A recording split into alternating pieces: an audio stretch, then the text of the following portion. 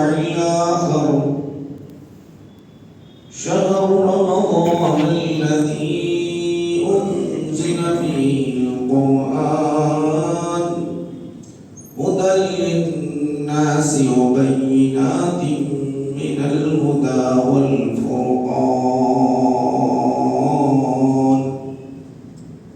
صدق الله مولانا العظيم.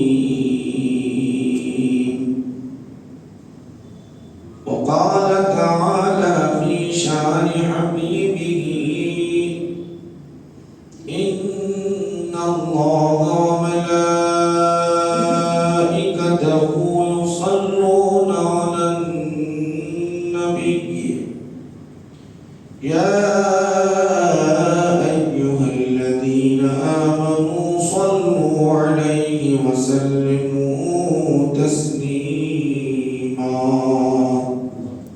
اللهم صل على سيدنا محمد وعلى آله وصحبه أفضل صلواتك وعدد معلوماتك وبارك وسلم. برادران ملت اسلامیہ، بزرگان ملت، عزیزان گرامی قدر، معزز سامعین، حاضرین و ناظرین و شاہدین، رب کریم کا فضل و احسان ہے کہ آج ہمیں رمضان المبارک کا پہلا جمعہ میسر ہوا. یہ ہمارے لیے انتہائی سعادت مندی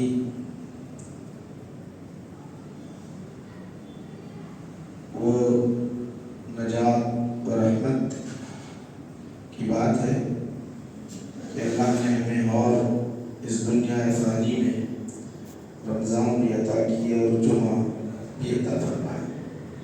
اتنے ایسے آئے اور ہمارے ساتھی دنیا سے رخصت کر گئے، انہیں یہ نعمت نہیں مل پائی، ہمیں وہ الحمدللہ ایسی بڑی نعمت رمضان کی ہمیں ملی ہے. اگر ہم غور کریں ہمارے جو ساتھی چلے گئے ہیں، وہ ہمارے ساتھی جو چلے گئے ہیں یا ہماری عمر سے کم رہے ہوں گے یا ہماری عمر سے زائد ہوں گے، یا بہرحال جو بھی ہوگی ان کی عمر پھر دنیا میں تو آنا نہیں ہے، یہ دنیا فانی میں تو آنا نہیں ہے، یہ دنیا ختم ہے. جتنی دن بھی ہم کو عمر ملی ہے اس کی قدر کرنی چاہیے. اس کے بعد تو آنا نہیں ہے، کیونکہ یہ ہمارا عقیدہ ہے کہ اس کے بعد بس ایک بقا کی زندگی، ہمیشہ کی زندگی ہے، وہاں رہنا ہے. تو یہ جو دنیا کی جو زندگی ہے اس میں اللہ نے جو جو نعمتیں ہمیں عطا کی ہے ان نعمتوں کی ہم قدر کرتے رہیں گے تو ہمارے لیے یہ دنیا بھی بہتر ہے اور آخرت بھی بہتر ہے. اس میں اگر ہم دیکھیں یہ جتنے مہینے ہیں 12 مہینے، 12 مہینوں میں سب سے افضل و اعلیٰ باعتبار امت محمدیہ کی، امت محمدیہ صلی اللہ علیہ وسلم کے لیے سب سے بہترین عمل کے اعتبار سے سب سے اعلیٰ، سب سے بہترین، سب سے افضل مہینہ ہے تو رمضان المبارک ہے. رمضان المبارک سب سے افضل مسلمانوں کے لیے، مومنوں کے لیے سب سے. ان کی کس اعتبار سے؟ اس اعتبار سے کہ اپنے اعمال میں ذخیرہ بنانے کے اعتبار سے. ویسے رسول اکرم صلی اللہ علیہ وسلم کی ولادت باسعادت کا مہینہ و فضیلت، آپ کی ولادت باسعادت کا مہینہ فضیلت کے اعتبار سے بہتر ہے، افضل ہے، مگر امت محمدیہ اپنے اعمال میں اضافہ کرنے کے اور اپنے آپ کو متقی بنانے اور اللہ کی قربت حاصل کرنے، رب کی رضا حاصل کرنے کے اعتبار سے اگر دیکھا جائے تو رمضان المبارک سب سے افضل و اعلیٰ مہینہ ہے. یہ سب سے بڑی نعمت ہے مسلمان کے لیے، ہر ایک مومن کے لیے، چاہے وہ ولی ہو، چاہے قطب ہو، چاہے وہ ابدال ہو، چاہے وہ گناہگار ہو، چاہے وہ مرد ہو، چاہے وہ عورت، ہر ایک کے لیے، قطب ہو، ابدال ہو، ولی ہو، جاہل ہو، عالم ہو، ہر ایک کے لیے یہ مہینہ بہت ہی اہمیت کے حامل اور افضل و اعلیٰ ہے مومن مسلمان کے لیے. اس کی قدر کریں گے ہم تو ہمارے لیے اتنا ہی فائدہ ہے. اگر اس کی ناقدری کریں گے تو پھر ہمارے سے بڑا جاہل اور ناواقف کوئی نہیں، ہم سے بڑھ کر جاہل و ناواقف کوئی نہیں، یاد رکھیں. تو ماشاء اللہ رب تبارک و تعالیٰ نے ہم کو یہ مہینہ عطا کیا ہے. اس مہینے میں خوب سے خوب عبادت کریں، ٹائم ٹیبل بنائیں عبادتوں کے لیے. عموماً آدمی غافل کاہل ہے، جب تک وہ اپنے ٹائم ٹیبل نہیں بناتا، وقت نہیں بناتا، وہ عبادت کی طرف مائل نہیں ہوتا. اب ذرا اور کرو، تسبیح پڑھنا اجر ثواب ہے. تسبیح پڑھنا اجر ثواب ہے. سبحان اللہ، الحمدللہ، اللہ اکبر، تسبیح پڑھنا جو ہے اجر ثواب ہے. 1000 مرتبہ پڑھو، 100 مرتبہ پڑھو، 10,000 مرتبہ پڑھو، کتنی مرتبہ بھی پڑھو، ثواب ہی ثواب ہے. مگر رسول گرامی صلی اللہ علیہ وسلم نے ارشاد فرمایا کہ 33 مرتبہ سبحان اللہ پڑھے، 33 مرتبہ الحمدللہ پڑھے، 34 مرتبہ اللہ اکبر. یہ تعداد کیوں متعین کی؟ تاکہ بندہ مومن رب کی عبادت کی طرف رغبت کرے، اس کا دل مائل ہونے لگ جائے عبادت کی طرف. یہ تعداد آدمی جب متعین کرتا ہے تو اس کو جب عادت سی ہو جاتی ہے تو پھر وہ کثرت کے ساتھ عبادت کرنے لگتا ہے. جب اسے عادت ہی نہیں بنتی، وہ اپنا ٹائم ٹیبل ہی متعین نہیں کیا تو پھر مشکل ہو جاتا ہے. 33 مرتبہ کیوں قید ہے؟ 34 مرتبہ کی کیوں قید ہے؟ وجہ کیا ہے؟ اس کے پیچھے راز ہے. ہر نماز کے بعد اتنا ہی اللہ کو کہتا ہے کہ اتنے زیادہ نہیں پڑھنا، 33 مرتبہ پڑھ لو، 34 مرتبہ پڑھ لو، تمہیں جنت مل جائے گی. دیکھیے ذرا غور کریں ہم اپنی زندگی میں. اسی طرح اگر ہم اپنے رمضان المبارک میں اوقات متعین کر لیے، نماز تراویح کے لیے اور تہجد کے لیے، فرائض نماز کے لیے، عبادتوں کے لیے، دلائل الخیرات کے لیے، ذکر اذکار کے لیے، استغفار کے لیے اگر ہم متعین کر لیں تو بہت آسانی سے گزر جاتا ہے. اگر آپ متعین نہیں کریں گے، آخری عشرے میں پڑھوں گا، میں دوسرے عشرے میں پڑھوں گا، اعتکاف میں بیٹھوں گا یا فلاں کروں گا، یہ اس طرح خالی آپ سوچتے رہیں گے، مہینہ چلے جائے گا، پھر جو ہے بعد میں کاش میں عبادت کر لیتا تو کتنا اچھا ہوتا ہے. افسوس کرنے سے بہتر یہ ہے کہ اپنے لیے ایک وقت متعین کر لیں. سب سے پہلے ہم یہ ذہن میں بٹھا لیں کہ نماز فرض جو ہے کوئی بھی میں جماعت کے علاوہ نہیں پڑھوں گا، نا جماعت ہی کے ساتھ پڑھوں گا، یہ پہلے طے کر لیں. سب سے پہلے قرآن کریم کی تلاوت 1 پارہ یا 2 پارہ یا 3 پارے اپنی جو ہے کام کی اپنی مصروفیت کے حساب سے متعین کر لیں. نماز تراویح آپ جہاں چاہتے ہیں 3 پارے پڑھ سکتے ہیں، 1.25 پارہ پڑھ سکتے ہیں، 10 پارے پڑھ سکتے ہیں، وہ متعین کر لیں. روزہ تو رکھنا ہی رکھنا ہے. اب تہجد کے لیے تو بہت آسان ہے. فی الوقت آپ کسی طرح سحر میں اٹھتے ہی ہیں، سحر کے لیے کھانا کھاتے ہیں. ابھی جو سارن ہمارے پاس بچتی ہے اس سے پہلے 5 منٹ 10 منٹ پہلے 4 رکعت 8 رکعت نماز تہجد پڑھ لیا جو ثواب ہے. دیکھیے غور کرو، آپ سحر کے لیے اٹھ رہے ہیں، صرف اس کے اندر 10 منٹ اگر آپ نکال دیے تو تہجد ادا ہو جاتی ہے. جماعت کے ساتھ پڑھنا یہ الگ چیز ہے، مسجد میں آنا، کہیں اہتمام کرنا الگ چیز ہے. روزانہ کا آپ اگر معمول بنا لیے اس طرح مجھے تہجد پڑھنا ہی ہے، سحر کر لیے یا سحر سے فوراً 5-10 منٹ پہلے 2 رکعت 2 رکعت 4 رکعت، اس طریقے سے 8 رکعت 12 رکعت نماز. غور کرو اتنا اجر ثواب مل رہا ہے. آپ اگر اپنا وقت متعین کر لیے روز معمول کی طرح، اور عبادت بھی ہو جائے گی، اللہ تعالیٰ دنیا بھی دے گا اور آخرت بھی دے گا، ساری چیزیں مل جائیں گی. مگر ہم اپنا دوسری چیزوں کے لیے وقت متعین کرتے ہیں، مگر اس چیز کے لیے آپ غور کرو کہ جو ہے آپ کی ڈیوٹی رہتی ہے، ڈیوٹی کسی کی 8 گھنٹے کی، کسی کی 9 گھنٹے کی. آج تو بہت ماشاءاللہ ایسا ہوا کہ اندر انٹر ہونا ہے تو بٹن دباؤ، کتنے منٹ سے کتنے منٹ آپ اندر داخل ہوا، پھر کتنا کام کر رہے ہیں، جاب کر رہے ہیں، تو دنیا کے لیے آپ یہ سب کچھ کر رہے ہیں، آخرت کے لیے کیا کر رہے ہیں، آخرت کے لیے کیا کر رہے ہیں؟ تو یہ ہم اگر متعین کر لیں تو ہمارے لیے بہت آسانی اور سہولت ہوتی ہے، ورنہ نہیں تو مشکل ہو جاتا۔ بندہ خالی تذبذب میں رہتا، ہاں میں کروں گا کروں گا کروں گا، غفلت ہر طرف سے چھائے ہوئے، ایک تو شیطان ہے، ایک تو نفس ہے، ایک تو عادت بن گئی ہے، نفس بھی ہے، نفس جو ہے عادت ڈال دی ہے ہمارے کو، شیطان تو لگا ہوا ہے، شیطان تو خیر جکڑ دیا گیا، بند کر دیا گیا، وہ بہکانے بھٹکانے سے اب رکا ہوا ہے، مگر نفس تھوڑی چھوڑتا ہے۔ پھر عادت ہماری جو عادت سی بن گئی ہے، وہ عادت کہاں سے جاتی؟ گٹکا کھانے والا، پان کھانے والا ہے، کیا اس کو شیطان روک دیتا؟ نہیں، وہ عادت بن گئی، اب چھوٹنے والی عادت نہیں ہے وہ۔ کسی کوئی چیز کی عادت پڑی ہوئی ہے، رمضان آ گیا چھوٹ جاتا، کہاں سے چھوٹے گا؟ خالی روزے کے حد تک انہیں جو ہے پرہیز کر کر فوراً، جیسا روزہ کھولتا ہے سگریٹ پینے والا، پہلے روزہ کھولتے ہی فوراً اس کو جو ہے بے چینی محسوس ہوتی، فوراً وہ عادت کے مطابق۔ اسی طرح گناہ کرنے کی جو عادت پڑ گئی ہے، غیبت کرنے کی، جھوٹ بولنے کی، غلط کاموں کی، وہ جو ایک عادت ہے وہ جاتی نہیں ہے۔ شیطان تو جکڑا ہوا ہے، عادت ہے، ایک نفس ہے، دو چیزیں ایسی ہیں انسان کو رمضان کے اندر بھی گھیری ہوئی رہتی ہے، رمضان کے اندر بھی گھیری ہوئی رہتی ہے۔ تو ماشاءاللہ ہمارے لیے یہ مہینہ بڑا ہی متبرک اور بڑا ہی جو ہے ہمارے لیے نیکیوں کا ذریعہ بہترین مہینہ ہے، اس سے فائدہ اٹھائے۔ میں نے جو آیت کریمہ تلاوت کی ہے، اس آیت کے تحت چند باتیں آپ حضرات کے سامنے پیش کروں گا اور اپنی بات کو ختم کرنے کی طرف آؤں گا۔ ماشاءاللہ آج ہماری پہلی بنیادی بات یاد رکھ لیں کہ ہم عبادت سے غفلت کرنے کی وجہ سے ہر طرف رسوائی ہمیں دیکھنی پڑ رہی ہے۔ یہ بنیادی قاعدہ ہے کہ ہمارا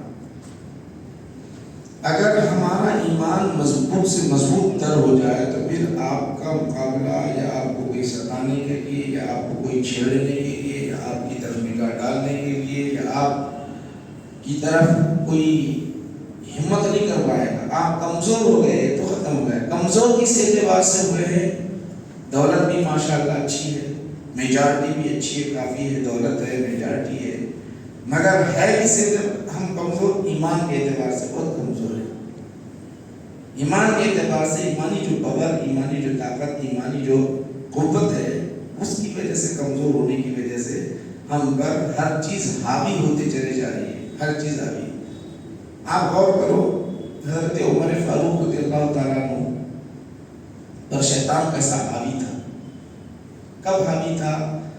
جب تک کفر میں تھے، ایمانی پاور نہیں تھا ان کے پاس، کفر میں تھے، کوئی شیطان ایسا حاوی تھا، تو ایسا حاوی تھا شاید اور کسی پر حاوی ہو، ایسے حضرت عمر فاروق رضی اللہ تعالیٰ عنہ پر ایسا حاوی ہوا کہ رسول پاک صلی اللہ علیہ وسلم جو اسلام کے بانی ہیں، جو اسلام کے بانی ہیں، انہیں شہید کرنے کے لیے نکلا تھا، شیطان صاحب میں تھا، اور حضرت عمر صاحب، حضرت عمر ایمان، ابھی ایمان نہیں ہے، ایمانی پاور نہیں ہے ان کے پاس، تو وہ شہید کرنے کے لیے نکلے، حضرت عمر شہید کرنے کے لیے نکلے، کیوں؟ ان کے پاس ایمانی پاور نہیں آیا، تو شیطان کہتا ہے چل اے عمر، چل چل چل چل، اسلام یہیں پر ختم ہو جائے گا۔ حضور نبی کریم صلی اللہ علیہ وسلم شہید، تو اسلام یہیں پر ختم۔ پھر ایک دور ایسا آیا وہ کفر چھٹ گیا، کفر چھٹ گیا، کفر جب چھٹ گیا، ایمان آ گیا، ایمانی پاور آ گیا، ایمانی پاور آ گیا، تو اللہ کے رسول صلی اللہ علیہ وسلم نے ایک مرحلے میں یہ ارشاد فرمایا، اے عمر تم جس گلی سے گزرتے ہو شیطان اپنا راستہ بدل دیتا ہے۔ کون سی طاقت تھی آپ ذرا بتاؤ؟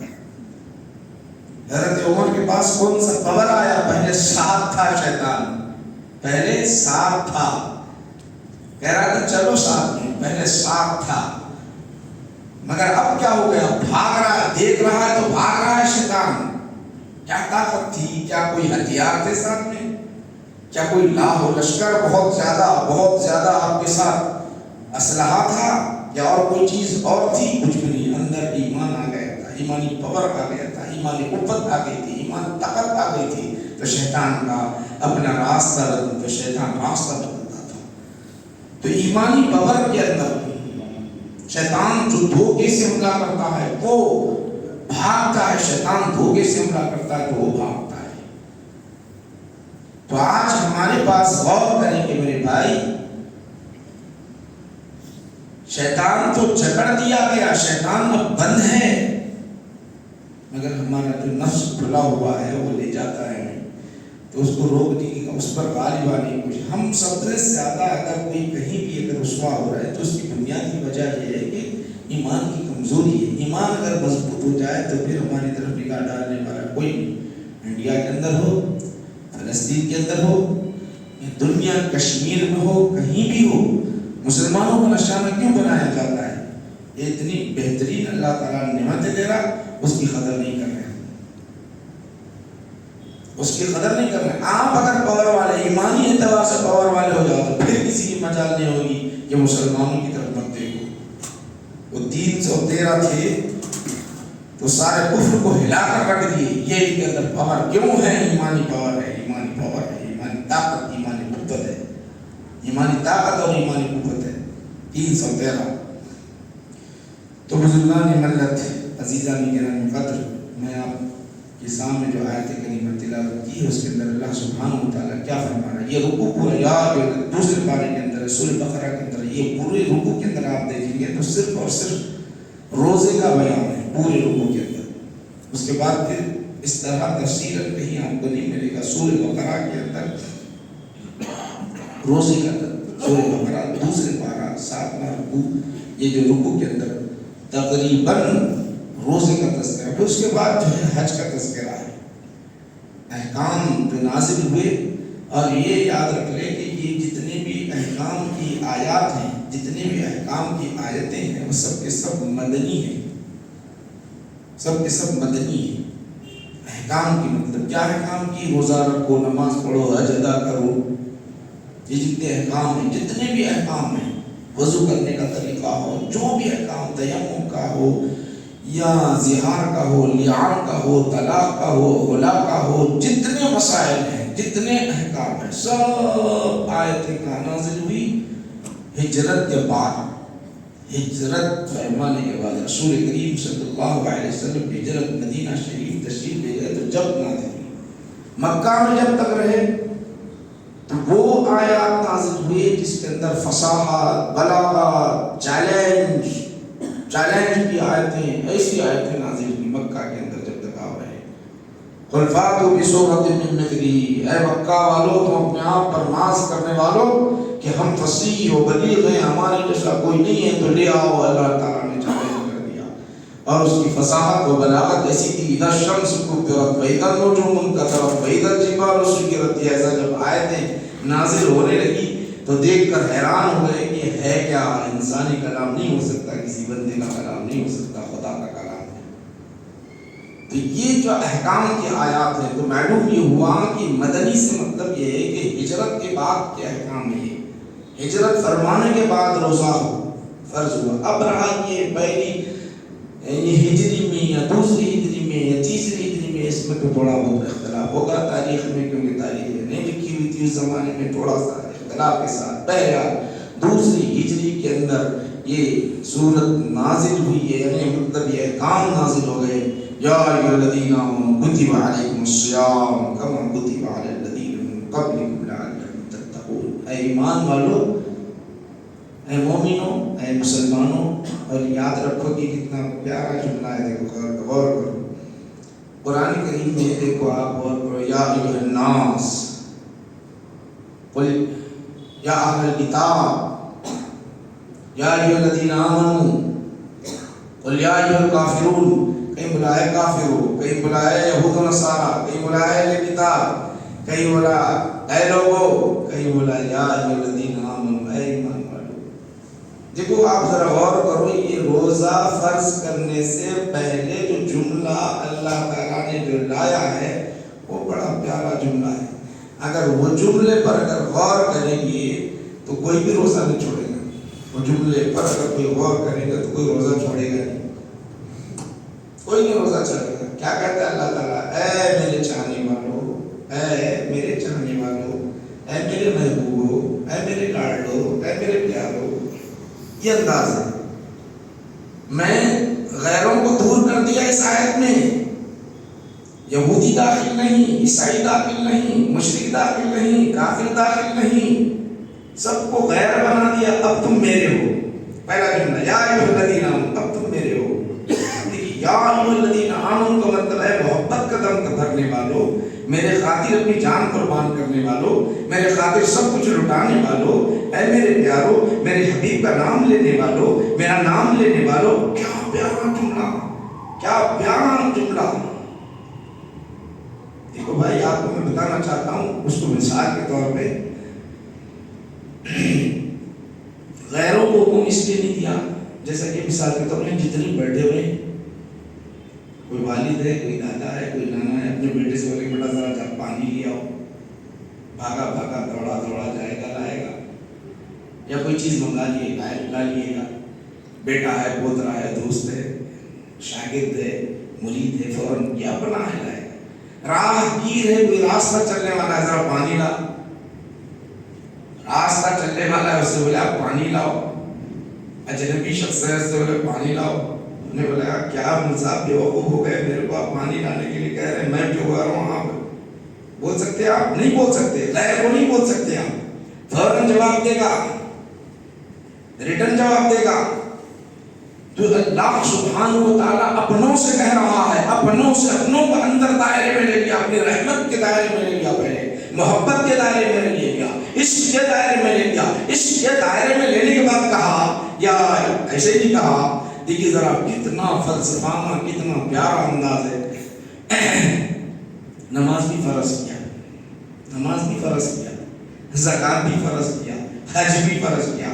وہاں کیا بولا؟ بل اقیم الصلاۃ، نماز کو قائم کرو، وآتوا الزکاۃ، زکوٰۃ کو ادا کرو.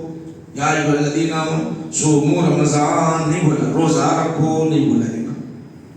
وہ نماز کو قائم کرو بولا. دیکھیے غور کرو، زکوٰۃ کو ادا کرو وہاں بولا، مگر صوموا رمضان نہیں بولا، روزہ رکھو. وہ صیغہ استعمال نہیں کیا، روزہ رکھو بول کے نہیں بولا، نہیں بولا ایسا. کتنا پیارا انداز. ایک تو لاڑلوں کا ذکر کیا ہے، پیارو لاڑو میرے چاہنے والوں.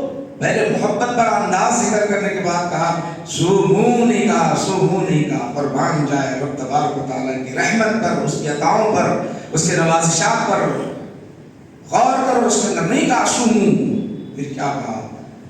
کیوں؟ کیا بات ہے؟ وجہ کیا ہے؟ وجہ کیا ہے؟ کیوں نہیں بولا ایسا ڈائریکٹ؟ کیوں نہیں بولا؟ وجہ کیا ہے؟ غور کرو ذرا. روزہ، نماز کو اٹھنا بیٹھنا ماشاءاللہ اچھی وجہ، اچھی خاصی ورزش ہو رہی ہے، کوئی فکر نہیں کرتے اس کے اندر. زکوٰۃ کیا ہے؟ جیب میں سے تھوڑے پیسے چلے جا رہے ہیں. مگر انسان جب بھوکا رہتا ہے، پیاسا رہتا ہے، تو اس کو ذرا فکر لاحق ہوتی. فکر، ارے میں بھوکا رہا، بی پی ہے، شوگر ہے، بلڈ پریشر ہے، پتہ نہیں کیا ہے، بھوکا رہا، پیاسا رہا تو کہاں اکھڑ جاتا ہوں، کہاں بیماری آ جاتی، کہاں پریشانی ہوتی ہے. آدمی کو خوف ہونے لگتا ہے، ڈر ہونے لگتا ہے. 12 گھنٹے 14 گھنٹے جب بھوکا اور پیاسا رہے گا، شدت کی گرمی ہوگی. صرف ہم انڈیا کو دیکھ رہے ہیں، باہر ممالک کے اندر 22-20 گھنٹے کا روزہ ہوتا ہے. 20 گھنٹے کا، 21 گھنٹے کا روزہ ہے. یہاں سے شدت کی زیادہ گرمی ہوتی ہے، سخت گرمی ہوتی ہے.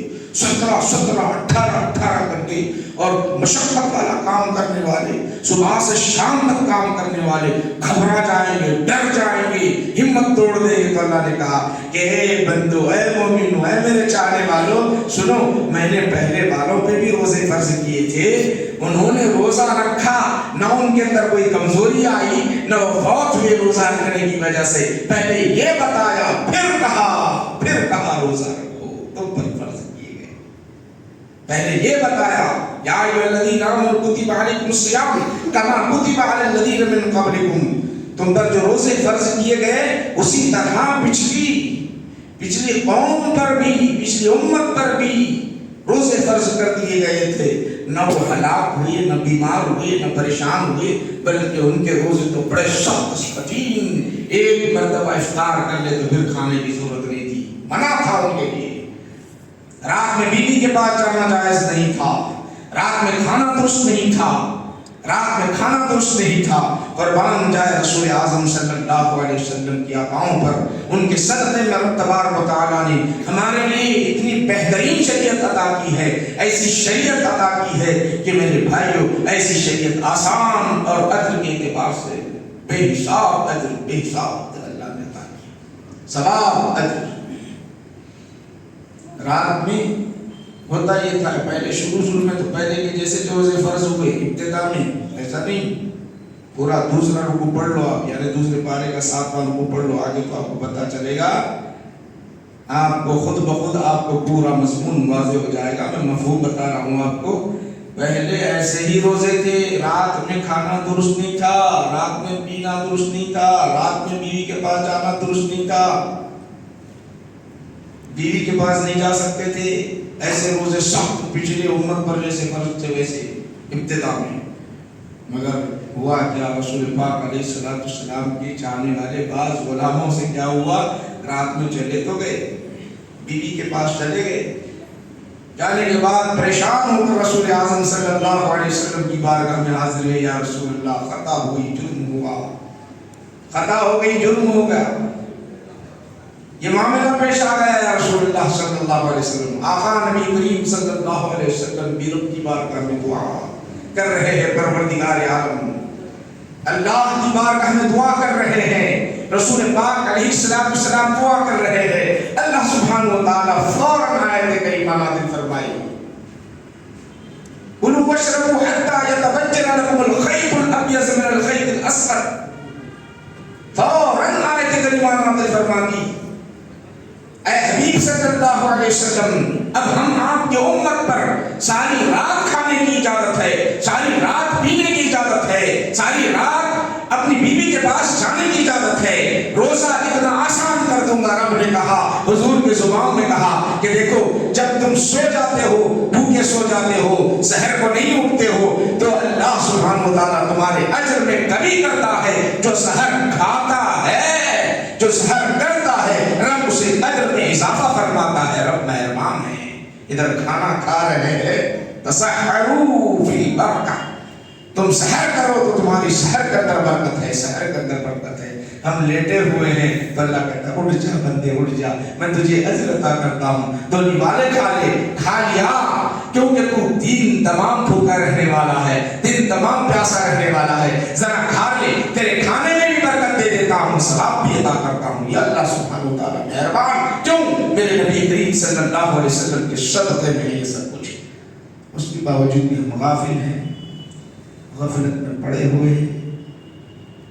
کسی کے ذہن میں یہ بنا بیٹھا ہوا ہے کہ میں شوگر کا پیشنٹ ہوں، میں بی پی کا پیشنٹ ہوں، مجھے فلاں امراض لاحق ہے، یا مجھے جاب کرنا ہے، فلاں کرنا ہے، اسی کے اندر ہم ہیں، گم ہیں میرے بھائی، ایسے ویسے ہی گم ہیں بس، اور ہم عبادتوں کو ترک کرتے جا رہے ہیں۔ ماشاءاللہ بعض ایسے ہیں رمضان داخل ہوتی عبادت، خوب عبادت کرتے ہیں۔ تو اب آئیے میں آپ کو بتا رہا ہوں، تین باتیں بتائی اس آیت کریمہ میں۔ ایک تو بڑے پیار بھرے انداز میں بتایا اللہ سبحانہ و تعالیٰ نے، کیا بتایا؟ اے چاہنے والوں، پچھلی امت پہ بھی فرض کر دیا ہوں بلا، اللہ تعالیٰ کیا پچھلی امت، ڈرنے کی ضرورت نہیں، کھاتے رہو، رات میں خوب کھاؤ، اچھا کھاؤ، مگر روزہ رکھنا اللہ۔ اس کے باوجود بھی اگر ہم غفلت کرتے ہیں تو کتنے بڑے مجرم اور کتنے بڑے خطاکار ہیں۔ جس خدائے وحدہ لا شریک نے ہمیں جو وجود عطا کیا، دنیا میں ہاتھ دیا، پیر دیا، آنکھ دیا، زبان دیا، فکر دی، ساری چیزیں اللہ کی، سب کچھ دیا، وہ خدا کہہ رہا ہے اور ہم اس سے منحرف ہیں، بھاگ رہے ہیں، تو کتنا ہم سے بڑھ کر کوئی جاہل ہو سکتا ہے کہ ذرا غور کریں، سب کچھ اسی کا عطا کرتا ہے۔ یعنی معمولی سی انسان جو ہے ہمارے پاس کچھ تھوڑا سا، ہم جس کے پاس ملازم ہو، جس کے پاس ملازم وہ کام کرتے ہو، غریب ہو سمجھ لو، کام کرتے ہو، ملازم ہے، انہیں ملازمت کے تو پیسے دے رہا ہے، آپ کی بچی کا نکاح کرا دے یا پیسے خرچہ کر دے یا آپ کی بیماری میں پیسے، ساری زندگی یاد کرتے ہیں، ساری زندگی یاد کرتے ہیں، بڑا احسان ہے، بڑا احسان ہے، بڑا احسان ہے۔ وہ ملازم کو ہمیشہ کے لیے یاد کرتے ہیں، جو ہمارا سیٹ ہے ہمیشہ کے لیے یاد کرتے ہیں۔ اگر وہ فون کر کے رات کے سمے میں رات کے وقت بھی فون کر دے آ جاؤ بولے تو فوراً بھاگ کے آ جاتے. کیوں؟ بیٹی بچی یا اور کوئی کام آپ پر آپ کے یہ پیسے دیے بھاگے بھاگے دوڑے دوڑے. ارے ہمارے جسم کا ہر عضو بال سے لے کر جسم کے اندر جتنے عضو ہیں یہ بھلے اگر ہمارے اس کے اندر نہ ہو تو ہماری خوبصورتی ختم. اگر یہ نہ ہو تو ہمارا آنکھ نہ ہو. آنکھ تو بہت بڑی چیز ہے. آنکھ تو بہت بڑی چیز ہے. چہرے پر ہم ذرا غور کریں. ہم پر داڑھی نہ آ جائے تو حسن ختم. مونچھ نہ آ جائے تو حسن ختم. ہمارے ہر عضو ہمارا ہر عضو رب کا ادا کرتا ہے. وہی کہہ رہا ہے تیرا وجود دیکھ لے. اگر تیری آنکھ بند کر دوں تو کیا ہوگا؟ تیری سماعت بند کر دوں, تیری بصارت ختم کر دوں, تیرا چلنا پھرنا باہر بنا دوں, تیرا ہاتھ ہلانا بند کر دوں, تیری زبان بند کر دوں تو وہ باہر بن جائے گا. ایک ایک میری نعمت ہے, اس کو یاد تو کر لے. وہ یاد کر کے میری عبادت تو کر لے, میری عبادت تو کر لے. بندہ اس سے غافل ہے, بہت بڑا غفلت میں پڑا ہوا ہے بندہ, بہت غفلت. اس سے بڑھ کر اور کوئی بندے سے بڑھ کر کوئی غافل نہیں ہے. کتب علیکم الصیام کما کتب علی الذین من قبلکم لعلکم تتقون. دیکھو یہ روزہ کائی کو رکھا ہے, معلوم ہے کیا وجہ ہے روزہ رکھا ہے؟ وجہ کیا ہوگی؟ وہ مقصد بیان کر. وہ مقصد روزہ رکھنے کی یہ یہاں مسجد کے اندر آپ غور کرو, اے سی کو لگائے کیا ہوں گا, پنکھے کیوں ہیں, کیا ہوں گا, مائک کیوں ہے, تو آپ بولیں گے مائک مول صاحب باہر بھی اذان آواز آنا ہم تک بھی آ جائے, مائک کا مقصد ہے. اے سی کیوں ہے؟ گرمی شدت کی باہر ہے, اس کو ختم کرنے کے لیے. پنکھا کیوں ہے؟ تو آپ بولیں گے ٹھنڈی ذرا سکون سے بیٹھ سکتے ہیں. سب مقصد ہے. روزہ کیوں ہے؟ روزہ کیوں رکھایا؟ اس کا مقصد اللہ تعالیٰ نے بیان کیا. اس جگہ اللہ نے مقصد بتایا, لعلکم تتقون. بہت بڑا جملہ ہے. روزہ اس لیے رکھایا کہ تم کمزور ہو اس لیے نہیں رکھنے کا حکم دیا, تم بیمار پڑ جاؤ اس لیے نہیں حکم دیا, تم جو ہے انتخاب کر جاؤ اس لیے نہیں کیا, یا تمہاری دولت چلے جائے اس لیے نہیں, بلکہ اللہ سبحانہ و تعالی جو مقصود انسانی ہے وہ بیان کیا, لعلکم تتقون, تاکہ تم متقی و پرہیزگار بن جاؤ. متقی و پرہیزگار, تمہیں متقی بنانا چاہتا ہے. اچھا بن کر کیا کرنا؟ آپ سے پوچھنا چاہ رہا ہوں کیا ہوا؟ چلو متقی بن گئے تو کیا ہوگا؟ چلو مان لو کہ متقی اور پرہیزگار بن گئے تو کیا؟ قرآن سے پوچھو متقی بن گئے تو کیا ہوتا ہے. ہم قرآن سے پوچھیں گے بھائی, قرآن سے پوچھیں گے, قرآن سے سوال. متقی بن جائے تو اس کے اندر اگر یہاں کوئی بیٹھے ہوئے میرے بھائی, اس کے اندر اگر کوئی وزیر اعظم تو چھوڑ دو اس کو, کوئی چیف منسٹر کے پاس جاتا ہے اور چیف منسٹر کے قریب ہے بالکل جا رہا, بولے ویسا سن رہا چیف منسٹر یا وزیر اعظم, یا یہ چھوڑ دو, یہ چھوڑ دو, یہ مثال چھوڑ دو, یا شاہ سلمان کوئی مسلمان بادشاہ, ترکی کا بادشاہ, اس کے سامنے میں آپ جیسا بول رہے سن رہے تھے, کتنی بڑی خوشی کی بات ہے. اس کے قریب ہے تو کتنی بڑی, آپ ہمیشہ ذکر کریں گے ارے میرا تعلق ترکی کے بادشاہ سے ہے, میرا تعلق جو ہے سعودی کے بادشاہ سے ہے, میرا تعلق فلاں سے ہے, یہ جڑا ہوا ہے. ہر جگہ تذکرہ کرتے رہیں گے, اس کے اندر جو ہے فخر محسوس کرتے رہیں گے, شان محسوس کرتے رہیں گے, اس کے اندر شان محسوس کرتے رہیں گے ہر جگہ. اور لوگ آپ کو خطر کی نگاہ سے دیکھیں گے, ارے بھائی اس کے تعلق تو بڑے بڑے ہیں, وزیر اعظم سے, منسٹر سے ہیں, بڑے قدر کی نیت سے, اور آپ کے پاس رجوع ہوتے رہیں گے. تب یہاں وہ فلسفہ بیان کیا اللہ سبحانہ وتعالی نے, جو فلسفہ بیان کیا, ان اکرمکم عند اللہ اتقاکم. اللہ سبحانہ وتعالی فرماتا ہے سنو, یہاں متقی بنانے کا ذکر کرنے کے بعد بیان کیا کہ بے شک یقیناً جو تم میں سب میں زیادہ متقی و پرہیزگار ہے اللہ کے پاس مکرم ہے, معظم ہے, اللہ کے پاس محبوب ہے. جو متقی بنتا ہے وہ کیا کرتا ہے؟ اللہ کا محبوب بنتا ہے. متقی بنتا ہے اللہ کا مکرم بنتا ہے, نگاہ اکرام سے دیکھتا ہے, نگاہ قدر سے دیکھتا ہے, نگاہ عزت سے دیکھتا ہے, نگاہ نوازشہ سے دیکھتا ہے, نگاہ عطاؤں کی نگاہوں سے دیکھتا ہے. جب اس کے ہاتھ اٹھتے ہیں دربار الہی میں, متقی بن جاتا ہے, تو اللہ کہتا ہے بندے تو میرا محبوب ہے, مکرم ہے, ہاتھ اٹھا دیا ہے تیری جھولیاں بھر دیتا ہوں. بلکہ تیرے لیے نہیں, جس کے لیے تو زبان ہلائے گا اس کی جھولیاں بھر دیتا ہوں. ادھر زبان ہلا رہا ہے، ادھر اس کا کام بنتا جا رہا ہے، ادھر اس کا کام بنتا جا رہا ہے۔ وہ متقی بہت بڑا مقام ہے، بہت بڑا مقام ہے۔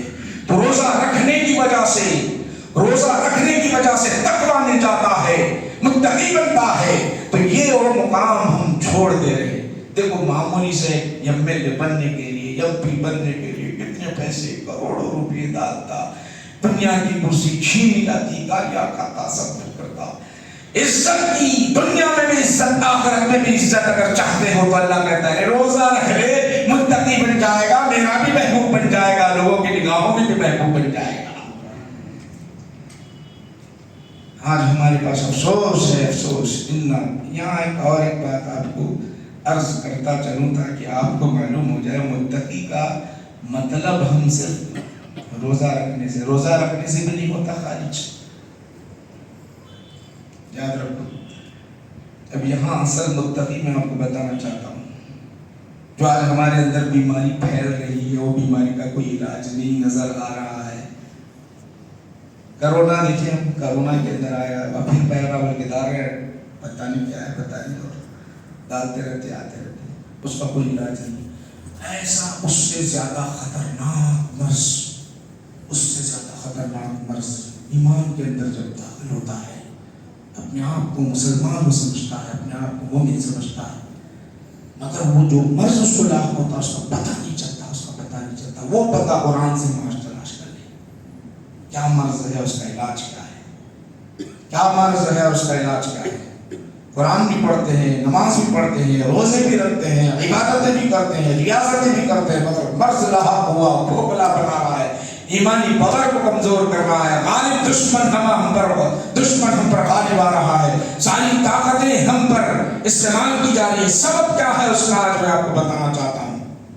سامنے تھوڑی جگہ دے دیں، آگے تھوڑا پیچھے جہاں جگہ خالی آ جائے، میں 2-4-5-10 منٹ میں اپنی بات کو ختم کرنے کی طرف آ رہا ہوں۔ اہم بات آپ کو بتانا ہے، قرآن سے بتا رہا ہوں میں آپ کو، قرآن اور حدیث، اوپر بھی کافی جگہ ہے، اندر جہاں تک جگہ خالی ہے آپ آگے تھوڑا بیٹھ سکتے ہیں، سامنے بیٹھ جاؤ، بعد میں سب درست کر لی جا سکتی ہے۔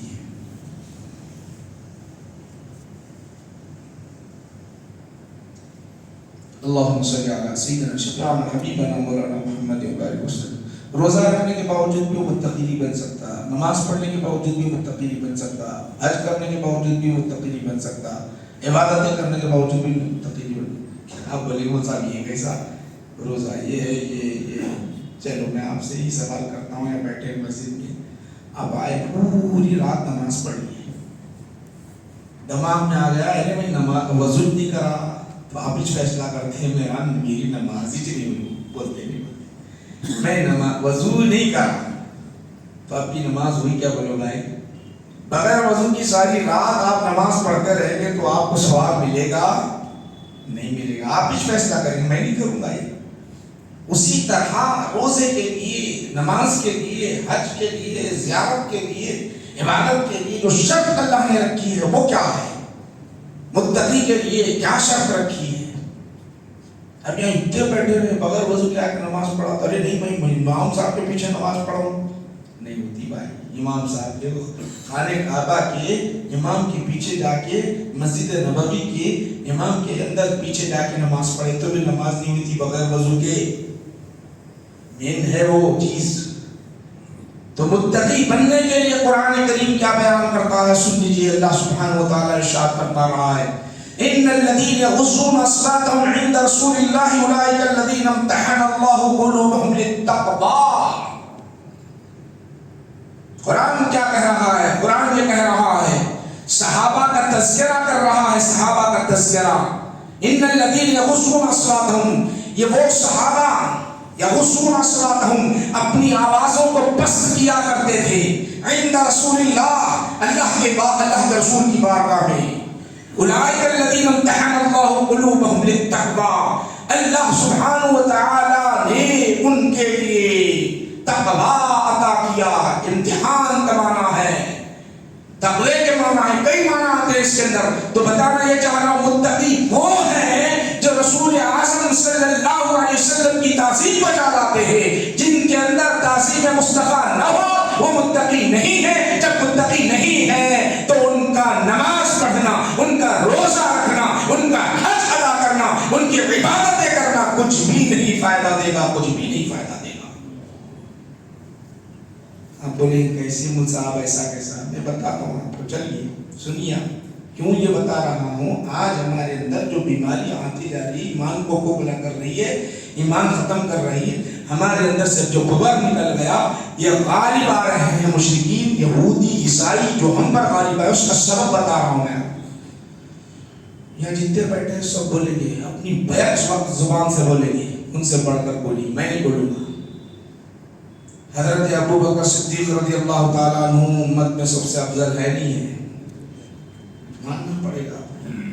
یہاں ہمارے پاس لکھا بھی ہوں ابو بکر آپ کا نام نہیں ہے، عمر آپ کا نام نہیں ہے، عثمان آپ کا نام نہیں ہے، علی آپ کا نام نہیں ہے. 4 خلفائے راشدین ہیں. خطیب صاحب ہمیشہ 4 خلفائے راشدین کا نام لیتے ہیں. ان سے بڑھ کر ہے انبیاء اور رسولان نظام کے بعد اگر کسی سے بڑھ کر کوئی مقام ہے تو آپ ہر کوئی بولیں گے نہیں، ہماری امت میں سب میں افضل 4 خلفاء ہیں، 4 خلفاء. اب آؤ آپ میں بتانا چاہتا ہوں تاکہ آپ کے ذہن میں اچھی طرح بیٹھ جائے، اچھی طرح بیٹھ جائے. رسول پاک علیہ السلام کی محفل ہے، آقا تشریف فرمائے، آقا تشریف فرما ہے، صحابہ بھی ہیں. نبی کریم صلی اللہ علیہ وسلم نے فرمایا فلاں مقام پر جہاد کے لیے روانہ کیا جائے. کس چیز کی بحث ہو رہی ہے ذرا غور کرو. جہاد کی بحث، دینی بحث. اب اندازہ کرو دینی بحث ہو رہی. وہاں تیاری، قافلہ تیار کیا جا رہا ہے. بخاری شریف میں آتا ہے قافلہ تیار کیا جا رہا ہے. اس میں صرف سیدنا ابو بکر صدیق رضی اللہ عنہ سیدنا عمر فاروق کے درمیان اختلاف ہوا. کیا اختلاف ہوا؟ ابو بکر صدیق رضی اللہ عنہ کہتے ہیں کہ اس قافلے کے لیے اس کو امیر بنایا جائے. عمر فاروق رضی اللہ عنہ کہتے ہیں کہ اس قافلے کے ان کو امیر بنایا جائے. بحث ہو رہی ہے. عمر کہتے ہیں کہ آپ میری مخالفت کرتے ہیں، ابو بکر کہتے ہیں کہ آپ میری مخالفت کرتے ہیں. ذرا غور کرو، دنیاوی بات نہیں ہو رہی ہے، دین کی بات ہو رہی ہے، مذہب کی بات ہو رہی ہے، اسلام کی بات ہو رہی ہے، اسلام کی بقا کی بات ہو رہی ہے، جہاد کی بات ہو رہی ہے. دنیاوی بات نہیں ہو رہی ہے. باتوں میں تھوڑی سی بات بڑھ گئی، آواز بڑھ گئی، آواز بڑھ گئی. کون ہے وہاں پر؟ رسول اعظم صلی اللہ علیہ وسلم ہے. رسول آقا نبی کریم صلی اللہ علیہ وسلم کی بارگاہ میں آواز بڑھ گئی. حضرت ابو بکر آواز بلند، تھوڑی سی آواز بڑھ گئی. حضرت عمر کی آواز بڑھ گئی. تو اللہ سبحانہ و تعالیٰ نظارہ کر رہا ہے، ہر چیز کو دیکھنے والا، ہر چیز کو سننے والا، ہر چیز کو جاننے والا. اللہ نے دیکھا میرا حبیب بیٹھا ہوا، میرا حبیب بیٹھا ہوا. ابو بکر کی آواز بڑھ گئی، عمر کی آواز بڑھ گئی. اے جبرائیل فوراً جاؤ، ایک دستور بنا دو، ایک اصول بنا دو. ایک اصول ایسا ہو، یا ایھا الذین آمنوا لا ترفعوا اصواتکم فوق صوت النبی. اے ایمان والو، تم اپنی آواز کو میرے نبی کی آواز پر بلند نہ کرو. اگر آواز بلند کرو گے تو تمہارے سارے اعمال ضبط کر لوں گا. نہ نماز باقی رکھوں گا، نہ روزے رکھوں گا، نہ حج باقی رکھوں گا، نہ زیارتیں باقی رکھوں گا، نہ عبادتیں باقی رکھوں گا. کوئی چیز باقی نہیں رکھوں گا. یہ ہے ادب بجا لانا. اگر یہ ہے تو سب کچھ ہے، یہ نہیں تو کچھ بھی نہیں ہے، یہ نہیں تو کچھ بھی نہیں ہے. آپ ذرا غور کرو، یہ آیت آپ حضرات کے سامنے پڑھ رہا ہوں اور کس کے بارے میں نازل ہوئی آپ بخاری شریف جا کر دیکھیے. کون ہے ابو بکر؟ کون ہے عمر؟ آواز بلند نہیں کرنا. ہے ابو بکر میرے حبیب کے ساتھ تم غار حرا میں رہے ہوں گے، ٹھیک ہے، بڑی نیکیاں ہیں. اے ابو بکر تم نے دین کے لیے سب کچھ لٹایا، بڑی نیکیاں ہیں. اے عمر تم نے سب کچھ لٹا دیا، سب کچھ کیا، یہ اپنی جگہ ہے. مگر تمہاری نمازی اپنی جگہ، تمہارے روزے اپنی جگہ، تمہاری عبادتیں اپنی جگہ. میرا حبیب الگ ہے. میرے حبیب کے سامنے اپنی آواز کو بلند نہ کرنا. ان کے سامنے آواز بلند کرو گے تو سب آئے گا، جائے گا، سب آئے گا. ان کے لیے یہ قانون تو ہم کجا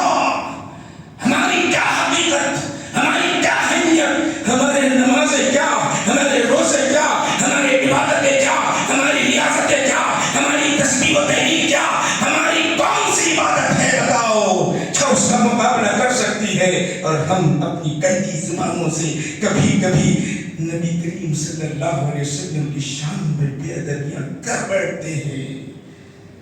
اسے بڑا اعزاز سمجھتے ہیں, اسے اپنا دین سمجھتے ہیں, اپنا مذہب سمجھتے ہیں, اپنی عبادت سمجھتے ہیں. یہ فکر باطل فکر ہے, یہ باطل فکر ہے, یاد رکھو. جب تک آپ کے قلب کے اندر تعظیم مصطفیٰ نہیں تو کچھ بھی نہیں ہے, کچھ بھی. آسانی سے بولتے, آرام سے, یہ ہمارے جیسے ہماری طرح ہے, ہماری طرح ہے. میں پتا چلے گا محشر میں جب گناہوں کا بوجھ لے کے نکلیں گے بیٹا, جب پتا چلے گا نہ بابا بچائے گا, نہ اماں بچائے گی, نہ کوئی بچائے گا, بچانے والے میرے نبی ہوں گے اس وقت. جب پتا چلے گا ہماری طرح, بابا کا پتا ایسا ہوگا وہ کہاں جا رہے پتا نہیں, اماں کا پتا وہ ایسا کا ہے, میرے آقا کھڑے ہوں گے, امتی آجا آجا, گناہگار سہی تو میرا امتی, میرا کلمہ پڑھنے والا تھا, میں اللہ کی بارگاہ میں سفارش کرنے گئی. یہاں تو زبانیں بول رہے ہیں, یہاں تو کچھ بھی بول رہے ہیں. نہ بولو میرے بھائیو, نہ بولو, ایسی باتیں نہ کرو, ایمان جاتا ہے. رمضان آتے ہی بحثیں شروع ہو جاتی ہیں, تو اس لیے عرض کر رہا ہوں کہ اپنے عقیدے کو مضبوط, یہ چیز کمی ہونے کی وجہ سے آج ہم ہر طرف پریشان ہیں, ورنہ